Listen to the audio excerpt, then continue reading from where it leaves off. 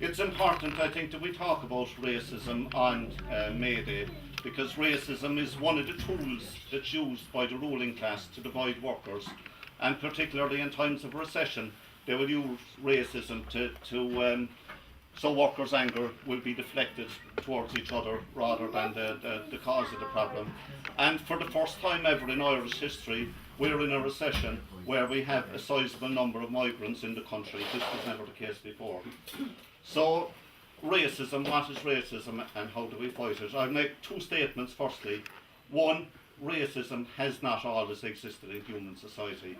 And that's very important, because if we accept that's the case, then we can look forward to a future where racism does not exist. And secondly, racism is not just misguided views held by individuals. If it was that simple, all it would need to do was to talk to these people, explain to them that race, doesn't exist as such and to be easily dealt with. It's more complex than that. So, if racism didn't exist, how did it come about and why? And what I would argue is that racism came about directly as a result of the Atlantic slave trade. And just briefly to talk about the slave trade. The beginnings of the slave trade in the middle of the 15th century, you had the emerging colonial powers in Europe, particularly Portugal and Spain. And people are aware of history. The Vatican at the time split the world between the two countries. Spain got the west, Portugal got the east. And off they went on their voyages of discovery, and after gold and silver. So obviously they needed people to mine that and set up plantations. They needed people to work on the plantations. Within a generation after arriving in the so-called New World, the indigenous populations were almost totally wiped out, either through disease or they were basically just murdered. The population of Europe at the time was just coming out of the so-called Dark Ages, where you had centuries of disease, of poverty, of plague, of wars. So they turned to Africa as a source of labour. But how would Christian countries justify taking human beings and treating them, on the same level as, animals, beasts of burdens? And they turned to the Vatican again, and the theologians came up, with a justifiable reason. And they went back to the Old Testament and the Bible, and I don't know how many people are aware of the Old Testament and the Bible, but in the story of Noah after the flood, Noah went out one night and drank too much wine or whatever, came home, fell asleep naked, and his young son Ham came in and began to mock him. And as Noah woke up, the two other sons came in, Ham's brothers, caught him, and Noah put a curse on Ham and his descendants forevermore. And that curse was determined by the theologians at the time to be a change in the skin colour. So there we have it. Black people are descendants of Ham, so it's okay to use them as slaves. Now, as time moves on, and this is another important critical point, I think, the nature of racism changes. That kind of crude version, moving on into the Enlightenment, could not continue. People began to question it. And if you come up to the time, the beginnings of the abolition of slavery and the slave trade, and, just as a by the way, it wasn't people like Wilberforce that were responsible. Sure, they played some kind of a part, but it was the actual people themselves on the plantations who rose up, and particularly in what is now Haiti, Saint Domingue as it was at the time, the richest colony of France, rose up, and the slave owners, got concerned, and there was a movement in Europe as well, in Britain especially, to abolish slavery and the slave trade. But some of the white Europeans involved in that movement did have, in fact, racist views themselves, but not of the type as I explained earlier.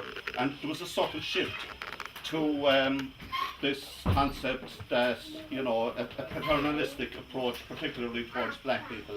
The black people weren't as civilised as us, but given time and with our help, that would come about. I suppose it's typified in Kipling's talk about the white man's burden. You hear still talk of it today, that's, people in such a country aren't ready yet for democracy, so it justifies white soldiers remaining in that particular country until those people are ready. And as we move through the 19th century, some people used Darwin's theories of the survival of the fittest, etc. You know, what became known as social Darwinism, using Darwin's theory and imposing it on human society. And ultimately, I suppose you would the pseudoscience of genetics, or sorry, not genetics, but eugenics, which stated that there were certain weaker races within the human family, and if they were allowed to continue, that they would in fact destroy the whole human race. And that gave justification to a lot of genocides in the 19th century against the Aboriginal people in Australia, the Native Americans in the United States. And into the early 20th century, you had the German genocide against the Herero people in what's now Namibia, in Southwest Africa, and ultimately, I suppose, the Holocaust. You know, you had 6 million Jews, you had, you know, 500,000 Roma people, and just by the way, when I'm on Roma, at the moment, people might be aware of the shop Vibes and Scribes in. Are people aware of the what they have up at their windows at the moment? Yeah, they have photographs of 5 colour photographs of Roma women with above it "Beware."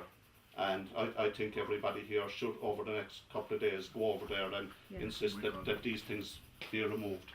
So yeah.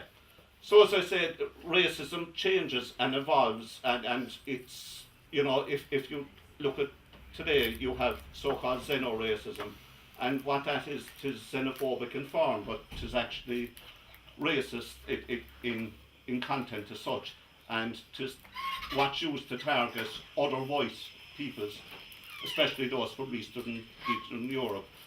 And the other argument that's been put forward from people on the extreme right, like Nick Griffin in the British National Party, and, you know, even people like David Attenborough, this concept that England is full, we can't take any more. So you're not being racist then, you know, you're excluding everybody, you're not just targeting black people. I'll just talk briefly on the role of nationalism and the nation state. And again, the nation state is something obviously we've all been brought up in, but it's only been in existence for maybe 200 years at the maximum. And what it is, it's the ideology of the capitalist class, nationalism, the nation state, and it allows them to keep control of their own working class within the borders. And the countries of Europe that emerged in the 19th century, you know, all have this set up. And as time goes on, there's more and more control being exerted over the population. We can see it here, you know, CCTV cameras everywhere, repressive legislation, you know, continual eroding of people's rights. And to belong to the nation state, you have this concept, we're all in it together. You hear Brian Cowan at it at the moment, you know, the recession, but if we all pull together, you know, the country will get out of it.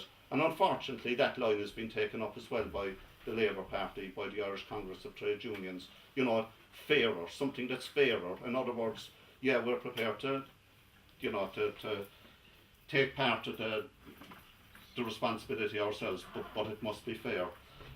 And I speak as somebody who was, you know, born and brought up in Ireland, and, you know, when somebody says Irish, yeah, you know what it is. 99% of us are white. We'll allow maybe 1% or less of black people. You know, people like maybe Phil Innes, Paul McGrath, Samantha Mumba, and it's great. But maybe when more people come in from the outside, it's different. We're probably, you know, in the high 90s again, Christian, mainly Catholic, and we'll tolerate a few maybe Protestant people and maybe a handful of Jews. You know, we'll all support our county and the All-Ireland or whatever, and if we have a few pints on the night, we might start singing The Fields of Athenry or maybe Sean South of Gary Owen. We're all together, so we're all Irish. But if that's the case, then you have the others, the people that don't fit into those categories, the people who are not given the same rights as maybe I would be. And I would argue that nation states are, by their very nature, racist.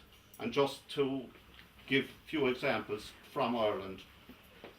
Firstly, since the establishment of the Irish state, the state has discriminated against travellers.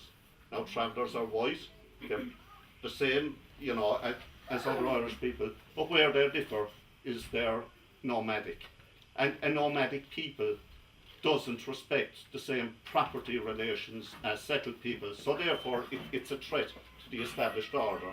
So if you look at the statistics around travellers, travellers have, lower life expectancy, higher infant mortality rates.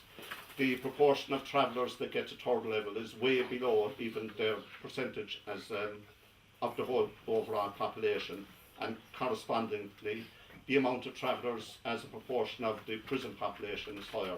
And these statistics